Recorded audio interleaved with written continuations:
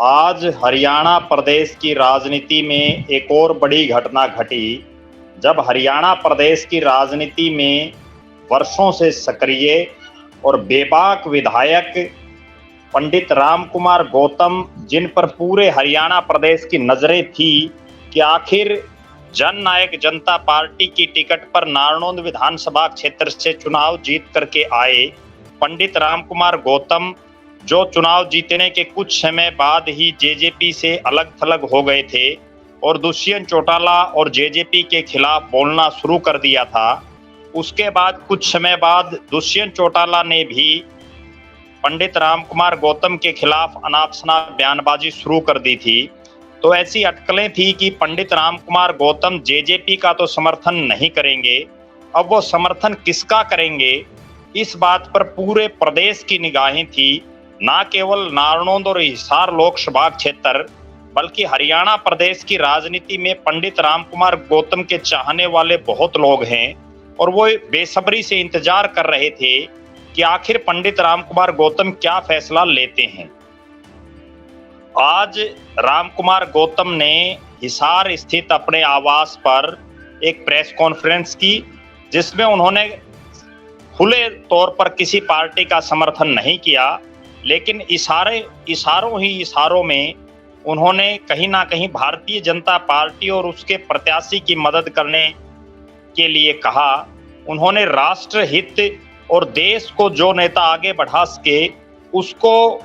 समर्थन करने की बात कही। उन्होंने ये कहा कि कार्यकर्ता आजाद हैं, वो किसी भी नेता को अपना वोट डालें, लेकिन राष्ट्र हित में, देश के हित में वोट डालें तो ज्यादा बेहतर रहेगा। अरविंद केजरीवाल को कोट करते हुए भी उन्होंने कई बातें कही।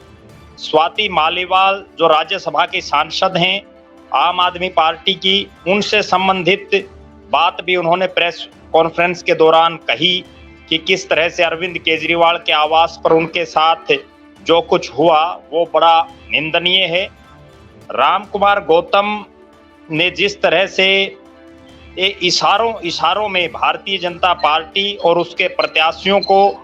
चूंकि बीजेपी वो पार्टी है जो बार बार राष्ट्र हित, देश हित की बातें करती है, उसका समर्थन करने की बात कही। अगर बात करें पंडित राम कुमार गौतम के राजनीतिक इतिहास का, तो 1 दर्जन के आसपास विधानसभा के चुनाव लड़ चुके राम कुमार गौतम 2 बार नारनौंद विधानसभा क्षेत्र से विधायक रहे हैं। नारनौंद विधानसभा क्षेत्र में उनका खुद का कम से कम 35,000 वोटों का अपना वजूद है। निर्दलीय भी वो चुनाव लड़े तो भी उनको 35,000 वोट मिले। उन्होंने बीजेपी, कांग्रेस, जेजेपी और निर्दलीय इन तमाम पार्टियों से पिछले 20 सालों में वो चुनाव लड़ चुके हैं। 2005 में जब बीजेपी के हरियाणा प्रदेश में केवल 2 विधायक बने थे, एक राम कुमार गौतम नारनौंद से और दूसरे नरेश मलिक हसनगढ़ रोहतक से, तो राम कुमार गौतम को विधायक दल का नेता बीजेपी ने बनाया था। इसके बाद 2009 का चुनाव उन्होंने कांग्रेस पार्टी की टिकट पर लड़ा, 2014 का चुनाव उन्होंने निर्दलीय लड़ा, 2019 में वो जन नायक जनता पार्टी की टिकट पर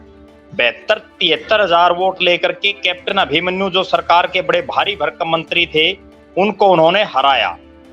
जो पंडित राम कुमार गौतम ने आज राजनीतिक रूप से इसका एक बहुत बड़ा फायदा भारतीय जनता पार्टी को और भारतीय जनता पार्टी के प्रत्याशी चौधरी रणजीत सिंह को होने जा रहा है। कल से राजनीतिक इलाकों में इस तरह के कयास थे, क्योंकि 2 दिन पहले देवेंद्र सिंह बबली, जो टोहाना के विधायक और पूर्व पंचायत मंत्री हैं मनोहर लाल जी की सरकार में, उन्होंने कांग्रेस पार्टी को अपना समर्थन देने का ऐलान किया उनके समर्थकों ने।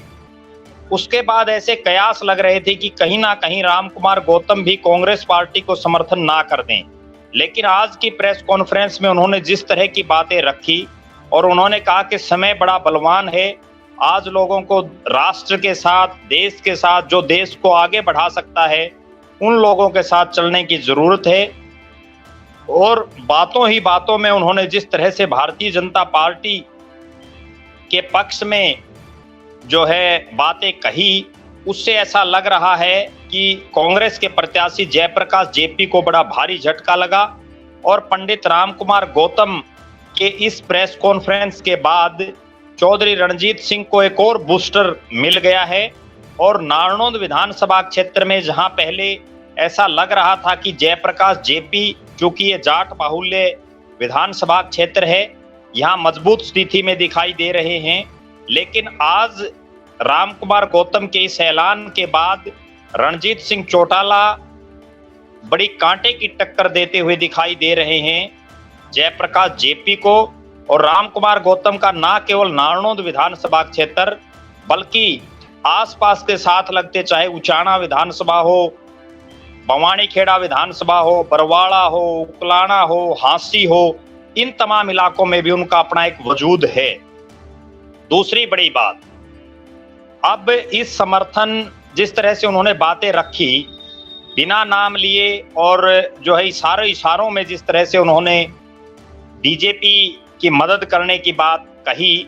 बिना नाम लिए हुए, उसके बाद ऐसा लग रहा है कि जो ब्राह्मण समाज है हिसार लोकसभा क्षेत्र का, वो अब एक तरफा कहीं ना कहीं बीजेपी के पक्ष में दिखाई देगा, क्योंकि यहाँ के तमाम जो बड़े ब्राह्मण चेहरे हैं, चाहे वो lieutenant general retired doctor DP Vats हों जो राज्यसभा के सदस्य रहे हैं, उन्होंने तमाम ब्राह्मणों को जो है चौधरी रणजीत सिंह के साथ जोड़ने का काम किया और एक बड़े चेहरे राम कुमार गौतम पर सभी की नजरें थी कि आखिर वो क्या फैसला लेंगे। लेकिन जैसे ही उन्होंने ये ऐलान किया उसके बाद ऐसा लग रहा है कि हरियाणा प्रदेश में और हिसार लोकसभा क्षेत्र में ब्राह्मण समुदाय ज्यादा से ज्यादा वोटिंग जो है भारतीय जनता पार्टी के पक्ष में कर सकता है। इस तरह की संभावनाएं वर्तमान में दिखाई दे रही हैं। कांग्रेस के पास पूरी हिसार लोकसभा क्षेत्र में अब कोई बड़ा ब्राह्मण चेहरा ऐसा दिखाई नहीं दे रहा जो कहीं ना कहीं जयप्रकाश जेपी को कुछ वोट डलवा सके। निश्चित रूप से आज पंडित राम कुमार गौतम के इस ऐलान के बाद हिसार लोकसभा क्षेत्र के समीकरण लगातार चौधरी रणजीत सिंह के पक्ष में बढ़ रहे हैं। हिसार लोकसभा में 4 एमएलए जेजेपी के जीते थे, जिनमें दुष्यंत चौटाला और अनूप धानक आज भी जेजेपी के साथ हैं। इससे कुछ दिन पहले जोगीराम सिहाग जो बरवाड़ा के जेजेपी के विधायक हैं, वो भी चौधरी रणजीत सिंह का समर्थन कर चुके हैं खुले तौर पर, और वो तो अब उनके लिए वोट भी मांग रहे हैं। लेकिन राम कुमार गौतम ने ये कहा है कि वो ना किसी के लिए वोट मांगेंगे, कार्यकर्ताओं की स्वतंत्रता है, लेकिन राष्ट्र हित और देश हित में वोट करना चाहिए, ऐसा उन्होंने कहा है। हरियाणा की हर राजनीतिक खबर के विश्लेषण के लिए हमारे चैनल जनमत हरियाणा को लाइक, शेयर और सब्सक्राइब करना ना भूलें। साथ ही बेल आइकन को भी प्रेस कर लें ताकि हर वीडियो की अपडेट आप तक पहुंचती रहे।